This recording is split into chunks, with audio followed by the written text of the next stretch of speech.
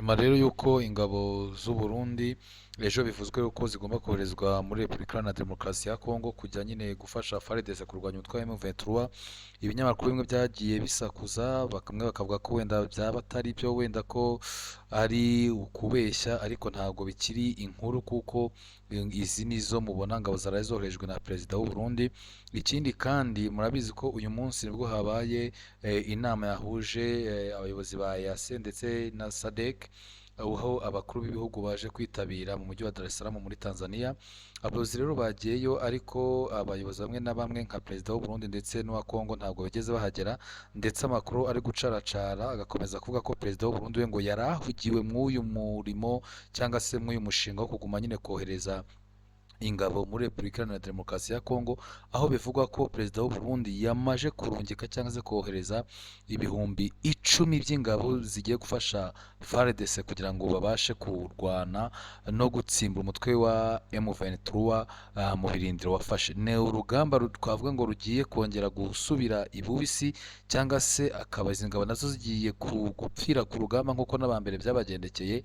Ubwo umuntu aribaza ngo biragenda bite? Ibihugu byose mu muryango wa Afurika y'Uburasirazuba bikomeza kwibaza ubucuti budasanzwe Perezida w'u Burundi afitanye na Tshisekedi, ko niba ari urukundo nibyo abantu bibaza, ku buryo amukunda bingana gutya akamwitangira agakomeza kohereza abasirikari, mu gihe kandi u Burundi mu minsi yashize bwasabaga budashidikanya ko nibura izi ngabo zakurwa mu gihugu cya Kongo zikakomeza gupfirayo. Ariko Evariste arongeye rwose afasha abasirikare, ejo bavugaga hagati y'ibihumbi 8 na 12, ariko ibihumbi 10 abo nibo bakomando b'u Burundi bamaze koherezwa. Murabona n'ibikapu byabo, ndetse murabona amabisi yari ategereje ngo abatware, ndetse murabona bageze mu mabisi bafite amakarito y'ibyo kurya n'iki byose. Aba rero bamaze koherezwa mu gihugu cya Kongo. Ese ikintu umuntu wese yibaza cyangwa icyo abantu bakomeza kwibaza no kwibaza ngo ese M23 yo igiye kurekeraho wenda ivuge ati twafashe Goma,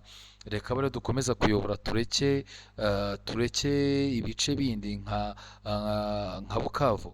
Ariko ukibaza ko kuko inkuru ejo ziriwe zicaracara nuko nayo nabo ngo ntabwo bicaye, kuko M23 biravugwa ko yamaze neza neza kugera hafi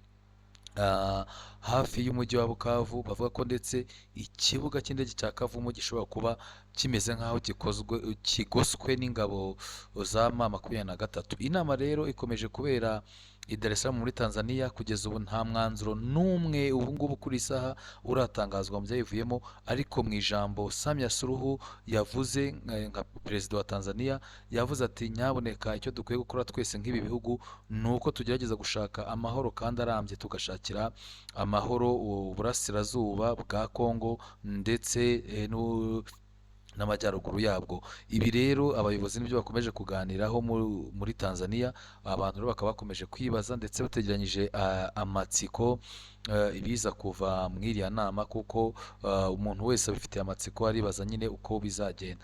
Ubwo rero dukomeje kubihanga amaso, ariko kandi ukibaza ngo uru rugamba rwaba rugiye gusubira ibubisi, aho ntabwo hakiterwa ko ibi bihugu bikikije Kongo no kuba u Rwanda n'u Burundi bishobora kuba bigiye kongera kwakira impunzi nyinshi, cyane ko ubushize ubwo M23 yarwanaga ibohora Goma hari hamaje kwambuka impunzi nyinshi zije mu gihugu cy'u Rwanda. Ibi rero nibyo bikomeje biri kwitegana n'abantu batandukanye n'amahanga, ndetse imiryango imwe batangiye gushya ubwoba, ndetse bigakomeza kuvuga ko abakire bo ngo bamaje no gukura imiryango yabo mu mujyi wa Bukavu, bo ngo bamaje kwigendera, kuko abona ko ibi bintu by'intambara batazabishobora. Ni ukomeza kubitega amaso, kuko nyine urugamba niko rugenda.